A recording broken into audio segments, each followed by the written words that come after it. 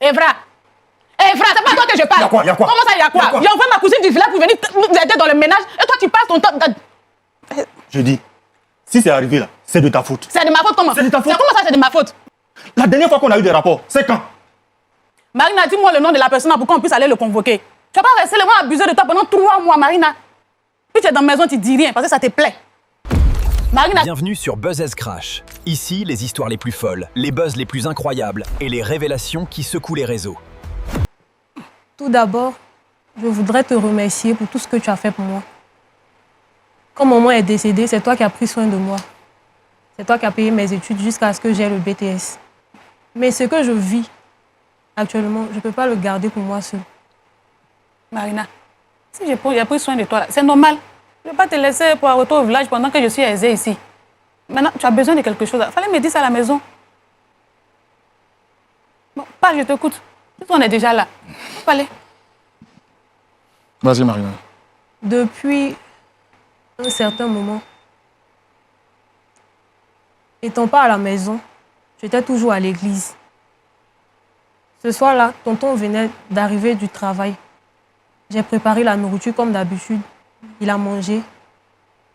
J'ai fait la vaisselle et je suis allée me coucher. Tard dans la nuit, j'ai senti la porte s'ouvrir. Je me suis levée. Je n'ai vu personne. Je me suis recouchée. Et après que j'ai senti quelqu'un sur moi. Et cela durait 3 mois que cette personne a couché avec moi. Attends, Evra, quand je vais à l'église là, c'est vous deux que je laisse dans la maison là. Donc, attends, donc toi tu laisses quelqu'un entrer dans la maison, violer ma soeur, et puis tu peux même pas m'informer de ça, Evra. À ce que je sache, la porte est fermée chaque soir. La porte est fermée, donc c'est mari de nuit ou bien, je sais pas, c'est fantôme qui vient. Comment ça tu sais pas? Je sais pas. Donc imaginons si quelqu'un l'a tué, tu n'allais pas savoir parce que la porte est fermée. Oui. C'est elle qui dit que quelqu'un vient la violer chaque soir. Bon, je ne comprends pas. Marina, et puis toi aussi tu as gardé ça dans ton cœur jusqu'à 3 mois, Marina. Donc ça te plaisait chaque soir quand la personne vient sur toi, ça te plaisait. À chaque fois quand je veux te dire, tu n'es jamais là. Je suis toujours à l'église. Et la personne aussi me menaçait de ne rien dire. La personne, attends, Marina, la personne te menace et puis toi aussi, tu as fermé ta bouche jusqu'à 3 mois. Marina, même si tu ne pouvais pas me joindre là, tu ne pouvais pas aller à la police. D'ailleurs même là, c'est qui même? On me dit son nom. Marina, dis-moi le nom de la personne pour qu'on puisse aller le convoquer. Tu vas pas rester seulement abuser de toi pendant 3 mois, Marina. Puis tu es dans la maison, tu dis rien parce que ça te plaît. Marina, c'est qui? Marina, qui est cette personne qui, pendant 3 mois, a eu des rapports avec toi? C'est mon tonton. Comment? J'ai pas saisi, tu as dit? C'est mon tonton. Ton tonton. Tonton là, il n'a pas de nom, hein. C'est ton tonton. Parce que toi, tu es enfant là, c'est tonton. Tonton là, il y en a plein à Abidjan ici. Tonton là, c'est qui, Marina? Seigneur. Marina, tu dis c'est qui? Le tonton qui est ici. Evra. La fille est venue s'asseoir sur ce plateau là pour t'accuser. Et puis toi, tu es assis, tu ne dis rien. Evra. La fille a dit que tu sois avec elle. Ça fait 3 mois maintenant. Tu passes ton temps à violer. Evra. Evra, c'est pas toi que je parle. Y'a quoi? Comment ça, il y a quoi? J'ai envoyé ma cousine du village pour venir nous aider dans le ménage. Et toi, tu passes ton temps. Je dis, si c'est arrivé là, c'est de ta faute. C'est de ma faute, comment? C'est de ta faute. Comment ça, c'est de ma faute? Tu n'es jamais présent. quelqu'un du village pour venir nous aider dans les tâches ménagères. Et toi, tu prends le manette plaisir de passer derrière moi et de la... Evra, il y a quoi? Tu as quoi? Ou bien tu es possédé par le diable? Possédé ou c'est toi plutôt qui es possédé? Quand il a dit que tu voulais détruire mon ministère là, c'est aujourd'hui que tu me montres ça. Ton ministère comment? C'est aujourd'hui que tu me montres ça. Tu es marié ou tu n'es pas marié? Comment ça? Je suis mariée. Tu es marié et ou tu puis n'es pas après, marié? je suis mariée puis Tu n'es après. jamais présente à la maison. Mais voilà. Tout le temps, matin à l'église, à midi à l'église, le soir à l'église. Tu es dans tous les programmes. Et puis tous ce les n'est pas services normal. là-bas. Ce n'est pas normal. Ce n'est pas normal comment? Tu t'es marié là, tu t'es marié pour Dieu ou bien tu t'es marié pour moi? Mais tu n'es jamais présente. Tout le temps.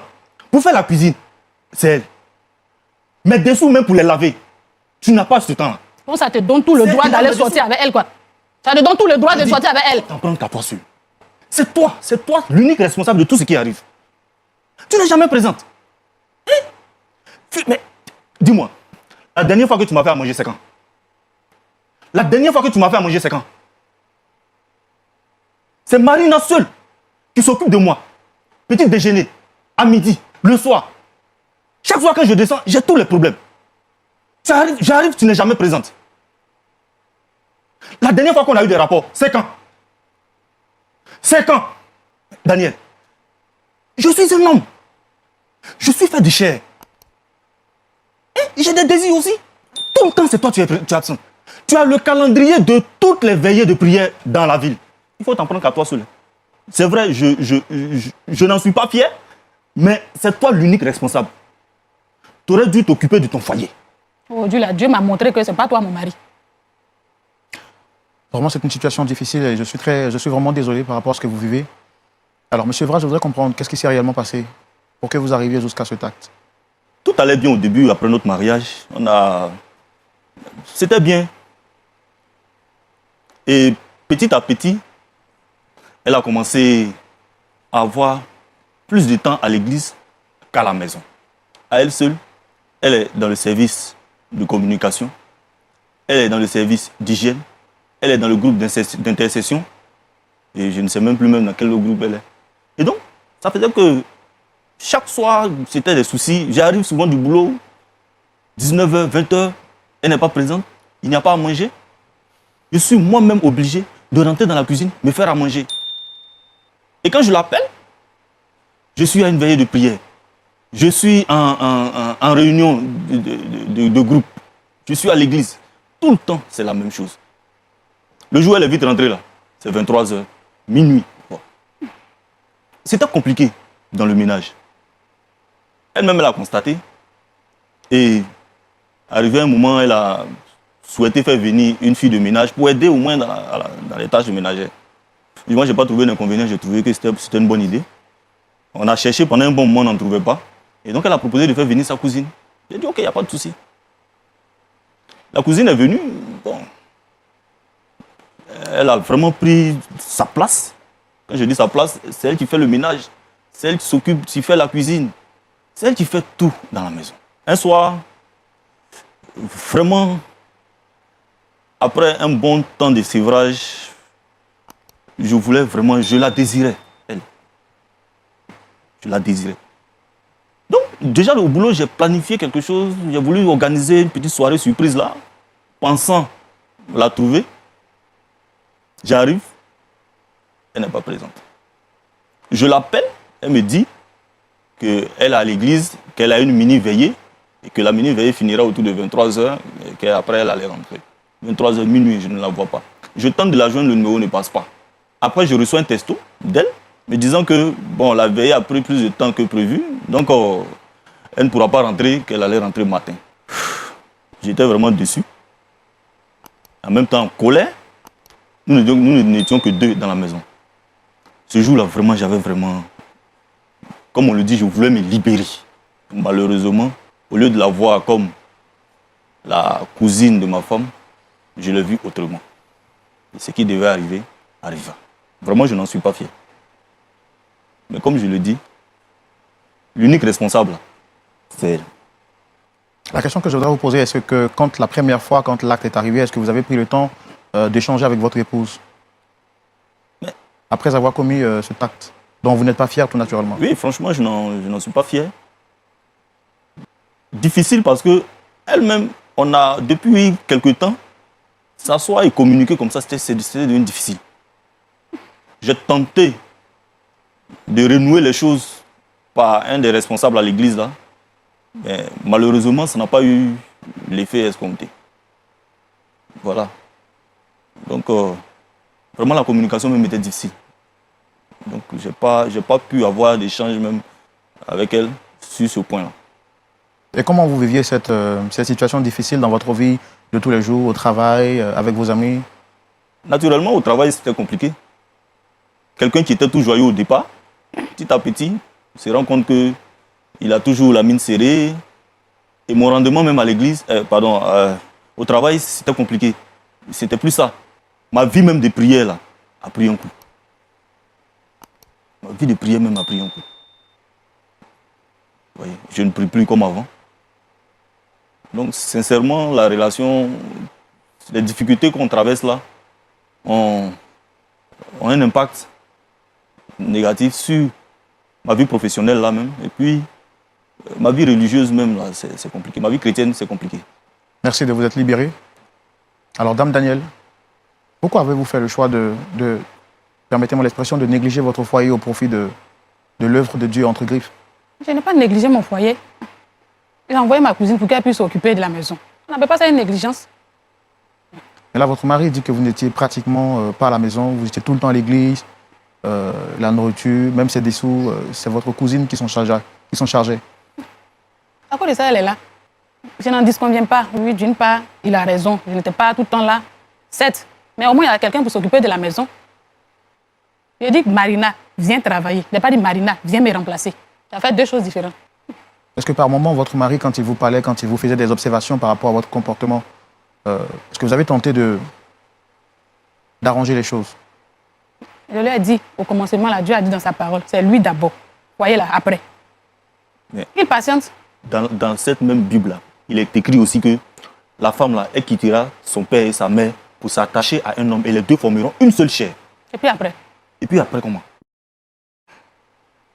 C'est plutôt donc l'homme qui quittera son père et sa mère pour s'attacher à sa femme pour que les deux, bien entendu, forment une seule chair. En tous les cas, c'est valable dans les deux sens. Là, je vois que vraiment vous êtes dans un cas très difficile, une situation vraiment difficile. Dame, est-ce que vous regrettez aujourd'hui votre acte? Pourquoi? Je ne regrette pas même. Ceux qui devaient regretter, ce sont les deux là.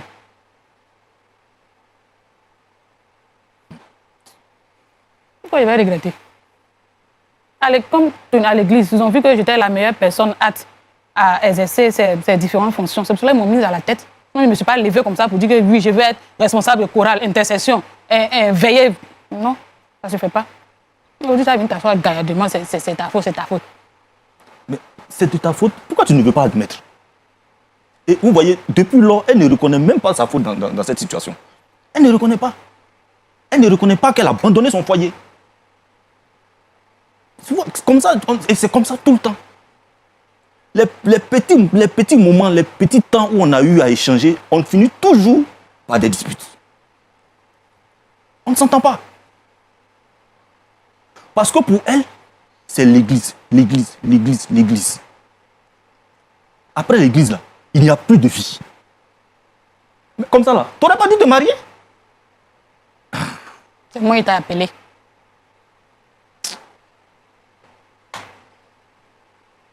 Vraiment, nous sommes dans une situation, comme je l'ai dit, vraiment une situation très difficile. Marina, comment tu te sens après avoir vidé ton sac? Tu t'es libérée totalement? Non. Tu as encore quelque chose d'autre à rajouter? Attends, il y en a encore. Dis-nous, qu'est-ce que tu voudrais encore ajouter? À la suite des rapports avec tonton, je suis tombée enceinte. Non, non, reviens. Faut revenir. Marina, tu dis quoi? Marina, tu es enceinte. Marina, tu es enceinte. Evra, tu t'as osé. Seigneur Jésus, le diable m'a eu. Oh Seigneur, Seigneur Jésus. Quand j'ai dit, Evra. Asseyez-vous, madame. Non, je ne peux pas m'asseoir. Là, quand j'ai dit, c'est lui qui est l'auteur pour que je ne puisse pas aller à l'église, là. Toi, tu voulais combattre ma religion, là. Voici ça. Voici ça. Evra, voici ça. Aujourd'hui, là même, là, c'est devant vous. Hein. Dieu, tu n'étais même pas mon mari. C'est même pas pourquoi je me suis entêtée même pour arriver. Evra. On peut faire ça à l'homme. Evra. Et puis, tu viens, je suis enceinte. Marina, tu m'as eu, Marina, j'ai payé tes études. Je te donne de l'argent pour que tu puisses nourrir tes frères au village. Aujourd'hui, tu vas venir m'inviter sur ce plateau pour me dire que tu es enceinte. Marina, merci, hein. Merci. Tu comprends? Merci.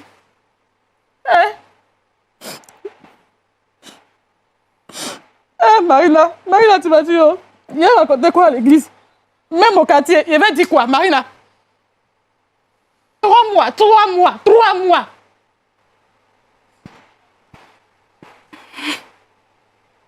Eva, merci. Merci. C'est une situation vraiment très difficile, vous le constatez, vous le suivez avec nous. C'est une histoire avec beaucoup de surprises. Marina, la cousine de Daniel, est enceinte. Je dois donc passer la parole au public pour recevoir quelques avis.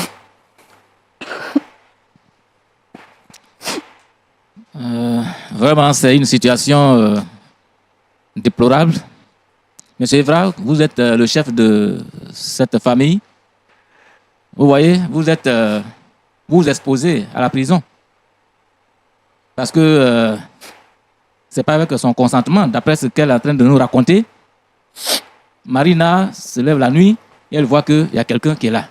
Et la personne couche avec elle. Ça, c'est sans son consentement. Ça fait une prison qui va de 5 à 20 ans avec des amendes. Je ne sais pas si vous avez pensé à cet aspect-là. C'est vraiment dommage que vous ne reconnaissez pas, vous, votre part de responsabilité dans cette affaire. Vous rejetez sur votre épouse. Que c'est elle. Il est vrai qu'elle a sa responsabilité, mais vous qui êtes l'auteur de cet acte-là, condamnez vous-même d'abord, devant les hommes, mais aussi devant Dieu. Parce que cette fille qui est venue vous aider, même si madame n'est pas toujours à la maison, mais elle est là pour le service. Quant à toi, mademoiselle Marina, bon, vraiment, c'est regrettable que ce soit sur ce plateau que tu viennes pour dire ce que tu es en train de dire. Pourquoi est-ce que, dès la première nuit que cela est arrivé, tu n'as pas pu raconter à ta cousine? Tu n'as pas pu lui rapporter les faits? Et ça aurait, peut-être, si Dieu te fait la grâce, ça aurait évité de prendre une grossesse non désirée. Voilà que maintenant tu portes une grossesse. Est-ce que vous allez être maintenant à 2 dans ce foyer ou tu vas partir et qui va s'occuper de cette grossesse? Quant à vous, Madame Daniel, vous voyez, votre engagement à l'église, c'est bien d'être vraiment engagé dans l'église, mais ne pas être permanemment dans son foyer, ça aussi, ça peut causer des problèmes, des difficultés du genre de ce que vous avez. Et ça, vraiment, je pense que il faut aussi revoir, parce que quand vous avez des responsabilités, il faut avoir des responsabilités limitées. Donc, madame, vraiment, quelque part, vous avez une part de responsabilité. En tout cas, vous l'avez dit, pasteur Iba, merci pour votre intervention. Vous avez posé une question qui mérite d'être répondue. Comment est-ce que cette situation sera vécue? Marina et sa cousine Danielle partageront-elles le même mari? La réponse de notre pasteur consultant, tout de suite dans la rubrique à la loupe de la parole. Pasteur Tchoumou. Oui, Roland. Voici une situation, moi, qui me dépasse en tant qu'animateur. Et je suis sûr que le public et bien entendu les téléspectateurs sont impatients de savoir quel est le point de vue de la parole à l'égard de ce sujet très complexe. Au regard de cette histoire, je comprends que la morale a foutu le camp. En fait, quand on ne peut pas faire la différence entre son épouse et les parents de son épouse, c'est une situation grave. J'ai écouté M. Eba dans son discours disant que parce que son épouse est tout le temps à l'église, donc ce jour-là, il voulait se libérer et il s'est libéré. Il s'est trompé d'épouse. Marina n'est pas son épouse. Si lui, il pense que son épouse agit mal, il y a des voies de recours pour pouvoir amener son épouse à la raison. Elle va à l'église. Donc, il sait où elle est. Dans cette église-là, l'église est dirigée par un pasteur. Il y a un conseil de l'église. Moi, je pense que ce qu'il aurait dû faire, c'est d'aller se plaindre au pasteur pour dire, voilà, voilà, et moi, voilà ce que je veux pour ma femme et pour ma famille. Pour un équilibre dans la maison. Mais on ne saute pas sur la cousine de sa femme qui est à la maison pour dire que c'est ta faute parce que tu n'es pas là. Ça, c'est quelle réflexion? Pour un homme de son âge, si lui-même il a une fille qui s'en va habiter chez quelqu'un et puis on lui fait ça, ça va lui plaire? La petite a perdu ses parents. Et la personne qui s'occupe d'elle, c'est sa cousine. Qui pense qu'elle ne peut pas la laisser dans la misère. Donc, le fait même d'avoir perdu ses parents, elle est vulnérable. Elle est orpheline. Ça, c'est un. De deux, elle est très jeune et elle habite chez sa cousine et chez son tonton. Donc, à votre avis, qu'est-ce qu'elle peut faire? Elle ne peut que céder. Le monsieur, il vient pour la violer la nuit. Avec menace tous les soirs. Pendant que sa femme est à l'église. C'est parce que la situation lui convient. Il y a longtemps, lui, il convoitait la petite là. Et donc, ça l'arrange quand sa femme est à l'église. Pour venir nous dire ici que c'est parce que tu es à l'église. Non, si les choses changent, toi aussi prends une position pour dire non, pour toi, je ne suis pas d'accord, nous tous on est chrétiens. Donc, je ne veux pas que tu fasses comme ça. Je veux inviter ceux qui reçoivent les parents de leurs femmes à la maison. Je veux les inviter à être conscients. À être conscients. La petite soeur de ta femme, elle est chez toi, tu l'enceintes. La cousine de ta femme, elle est chez toi, tu l'enceintes. La bonne vient travailler pour vous, tu l'enceintes. Ta femme est là. Vous êtes mariés, vous êtes promis, fidélité, tout ça. Et puis bon, maintenant, tu fais ça. Bon, mon ami, si tu vas ailleurs pour aller te libérer, c'est bon. Tu n'as pas besoin de venir violer la petite qui est chez toi pour dire que tu te libères. Et puis tu es fier. Tu t'assois là, et puis tu dis, c'est ta faute, c'est ta faute. C'est de la plaisanterie que tu fais. C'est enfantin. C'est pas normal. La pauvre femme qui se dit, moi j'ai un mari, qui est fier de son mari dans le quartier, qui est fier de son mari à l'église. Quand les gens sont assis là, on dit, Madame Eba, elle est contente. Ya! Eba lui-même là, il fait chat noir. Ma petite Yako, à t'écouter, ce n'est pas de ta faute. Et si tu as le courage de parler de ça, c'est que vraiment tu es peiné. Mais comme ça fait 3 mois qu'il vient coucher avec toi, tu n'as jamais parlé de ça. Hein? Parce qu'à partir d'un certain moment donné, toi-même, ça a commencé à te plaire. C'est parce que maintenant il y a grossesse, tu ne sais pas comment tu vas faire, tu dis que tu viens faire un aveu. Si tu es chez quelqu'un et que quelqu'un avait couché avec toi, ta chambre là, il n'y a pas de clé. Si tu dors là, tu ne peux pas fermer la clé. Bon, maintenant, si on vient et qu'il y a eu quelque chose qui s'est passé, prends ton courage. Pendant que lui, il est au travail là. De toute façon, tu es venu t'asseoir sur le plateau là. Faut dire à ta cousine, elle va chercher solution. Tu lui dis pas, tu gardes ça. Et puis pendant 3 mois, tu couches avec lui tout le temps. Jusqu'à quand grossesse sort. L'enfant qui va naître là, c'est quel enfant maintenant? Roland, ce sont des situations compliquées. Ouais. Et je vais dire à Daniel, je pense à quelque chose. En tout cas, quand on te regarde, on sent que tu es pieuse, habillée correctement, avec un gros foulard, sans maquillage, rien. On sait que tu es une femme pieuse. Dans la vie, là, il faut connaître les priorités dans la vie. Toi, tu n'as pas créé l'église, hein, tu n'as pas fondé l'église. C'est l'église de quelqu'un qui est dedans. Tu vas à l'église. Et tu charges l'église là, comme ton foyer que tu as chargé. Tu charges l'église. Dans tous les groupes qui est dedans. Avant même de partir à la veille, tu ne dis pas à ton mari. Il dit, oh, tu es sûr que c'est à l'église que tu vas. Toutes les nuits où tu fais veiller, tu dors là-bas. C'est vous qui gâtez le nom des pasteurs là. C'est à l'église que tu vas. Tu as sacrifié ton foyer. Tu as négligé ton mari. Il t'a fait mal. Il peut aller dehors pour chercher femme. Il a cherché ta cousine. C'est que tu t'occupes d'elle là. C'est-à-dire que c'est une plaie qui ne peut pas guérir. Vous êtes dans la même maison, vous êtes dans la même famille. C'est ta soeur. Et puis il est enceinté. L'enfant va naître et puis tu vas le regarder. Parce que toi, tu ne sais pas que quand on va à l'église là, il y en a des priorités. Moi, je n'autorise pas qu'une personne puisse se retrouver dans plusieurs groupes en même temps, dans l'église. Et puis moi, chez moi, il y a des heures. Quand l'heure arrive, vous devez rejoindre votre foyer, votre mari. On vient à l'église pour prier. Sur la prière, je dis, demain on va prier à quoi? On ne peut pas passer tout le temps là-bas. Je demande aux femmes comme Daniel, qui pensent que quand on dit que c'est l'église là, donc c'est fini, on est dédouané. On n'est pas dédouané. On n'est pas dédouané. Le Seigneur Jésus présente le diable comme un lion rugissant qui rôde. Il rôde. Le péché là n'est pas loin de nous. C'est parce qu'on peut résister au péché. Mais il ne faut pas donner l'occasion pour que quelqu'un puisse pécher. Tu prends ta cousine, tu la mets à la maison. Elle n'est pas vilaine, elle est jolie. Elle est dans la maison. Elle circule dans la maison avec les rondeurs. Le monsieur, il est là, il la regarde tout le temps. Toi-même, tu n'es pas là. Et lui-même, là, il est serré la nuit. Qu'est-ce qu'il fait? Il fait ce qu'il a fait. C'est pour ça qu'il dit que c'est de ta faute.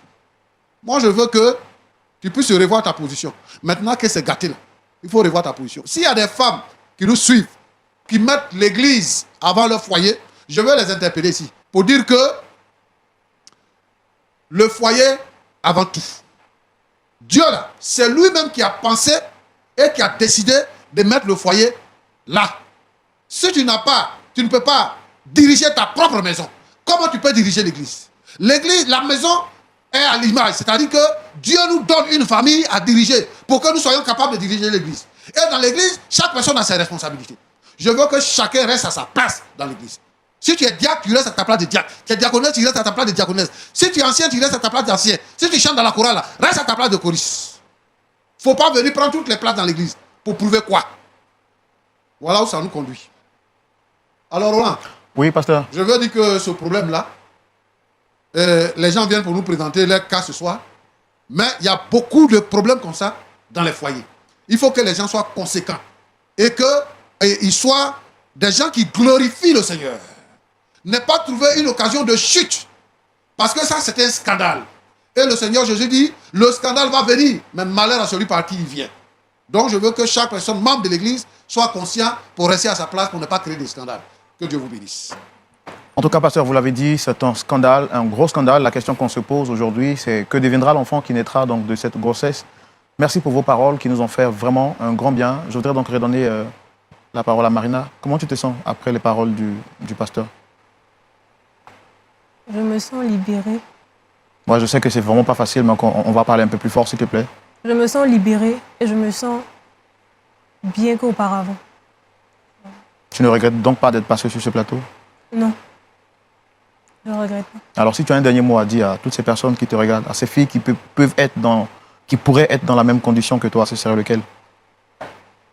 Je voudrais dire à toutes les filles qui sont dans la même situation que moi, quel que soit le problème, de vous approcher d'un homme de Dieu pour lui parler. Je sais que ce n'est pas facile, mais avec Dieu, tout est possible. Ça n'a pas été ton cas parce que si tu avais consulté un homme de Dieu dès les premiers instants, on ne serait pas arrivé là aujourd'hui. On te l'a dit, on n'est pas là pour te condamner. Je pense qu'avec le pasteur Tchoumou, tu auras un entretien, un suivi particulier pour t'aider vraiment à sortir de cette dépression et puis Dieu trouvera une solution. Dame Daniel, après les conseils du pasteur, est-ce que vous reconnaissez finalement que vous avez eu à fauter? Oui, je reconnais que j'ai eu à délaisser le foyer, pensant que bon, Dieu d'abord, et puis après. Mais après ces conseils, j'ai vu que bon, j'ai poussé mon mari à des extrêmes. Donc pour cela, je vais essayer de remédier en étant souvent présente à la maison. Je sais que ce n'est pas facile. La grossesse, elle est déjà là. Nous sommes des chrétiens, on ne peut pas recommander l'avortement. Est-ce que vous allez trouver la force en vous pour pardonner à votre cousine? Parce que c'est pour ça qu'elle est là aujourd'hui. La grossesse est déjà là. On est en Afrique. On va faire avec. Quand l'enfant naîtra, bon, je ne peux pas la chasser. Je ne peux pas la mettre dehors puisque c'est moi qui m'occupe d'elle, compte tenu de sa situation. Donc, elle va rester avec nous jusqu'au thème de la grossesse. On verra. Dieu fait grâce. Bon, on va voir. Monsieur Evra, je vous sens vraiment triste. Je suppose qu'après les paroles du pasteur Tchoumou, vous venez de vous rendre compte de l'ampleur de votre erreur. Si vous avez un dernier mot à dire, ce serait lequel? Moi, je regrette. Du fond du cœur, je le regrette vraiment. Le mot que je vais trouver ici c'est pardon. Vraiment pardon. Pardon à ma femme. Parce que c'est ma femme, je l'aime et je tiens à elle. Pardon aussi à Marina. Parce que ce n'était pas... Elle ne l'a pas voulu. Je l'y ai obligé. Donc, pardon. Un mot à l'endroit de tous ces hommes qui traversent peut-être la même situation que vous? C'est de leur dire de s'accrocher vraiment à Dieu. Surtout quand on traverse ces moments difficiles-là. Chercher des personnes vraiment en qui il faut se confier. Si vous êtes chrétien, il faut s'approcher d'un homme de Dieu, prendre conseil auprès de cette personne-là. Bon. Voilà. En tout cas, merci, je vois que vous êtes profondément touché. Marina, merci d'être passée sur ce plateau. Merci à Nous vous. ne te condamnons pas. Je pense qu'avec le soutien du pasteur Tchoumou, on va vous suivre en privé, parce que vous avez vraiment besoin d'être suivi. Le couple également, le pasteur Tchoumou va s'entretenir avec vous en privé pour vous suivre. Mais avant de vous laisser, je voudrais demander au pasteur Tchoumou de nous recommander à la grâce de Dieu et tout naturellement, les couples partout qui suivent cette émission, qui pourraient passer par cette situation. D'accord. Je voudrais que M. Eba fasse une confession quand même. Nous avons entendu, il a demandé pardon, c'est une bonne chose. C'est à cela que nous nous attendions. Mais c'est une situation qui est créée. Daniel a dit tout à l'heure que je vais faire avec. on va rester à la maison, on va s'occuper de la grossesse et tout ça. Est-ce que lui, il promet ne plus toucher Mireille? Et est-ce que Daniel accepte de réviser sa position pour avoir beaucoup plus de temps pour son mari? C'est là qu'on doit s'accorder avant qu'on ait pris. Parce que ça ne sert à rien de venir sur un plateau pour dire je demande pardon et de continuer la même chose. Voilà, le jour que sa femme n'est pas là. Parce qu'ils ont commencé, ils sont habitués à ça maintenant. Il faut que vraiment quelqu'un décide de se repentir et d'abandonner le péché. Donc, si on a cette confession-là, on va prier aisément pour partir. 2 questions posées par le pasteur. Est-ce que là, monsieur Evra, vous faites aujourd'hui la promesse devant l'Église et devant votre femme de ne plus jamais toucher à Marina? Je fais cette promesse de ne plus jamais la toucher. Vraiment, devant toute la nation, je fais cette promesse-là. Je ne la toucherai plus jamais. Dame Daniel, est-ce que vous faites aujourd'hui la promesse de revoir votre position par rapport à votre attitude et votre engagement qualifié de trop, un peu de zèle, un zèle supérieur? Oui. Je ferai la promesse pas d'abandonner totalement, mais de me libérer pour être plus présente dans mon foyer, pour mon mari et pour les enfants. Afin que la paix et l'harmonie reviennent. On ne parle pas encore sur ces histoires. Je promets d'être présente dans le foyer. Est-ce que vous promettez que derrière la caméra, vous n'allez pas chasser Marina? Non. Je ne veux pas la chasser. C'est vrai, c'est un coup dur. Et en partie, c'est ma faute si cela est arrivé. Bon. On prie que le Saint-Esprit nous donne la force de pouvoir surmonter cela. Merci beaucoup. Merci.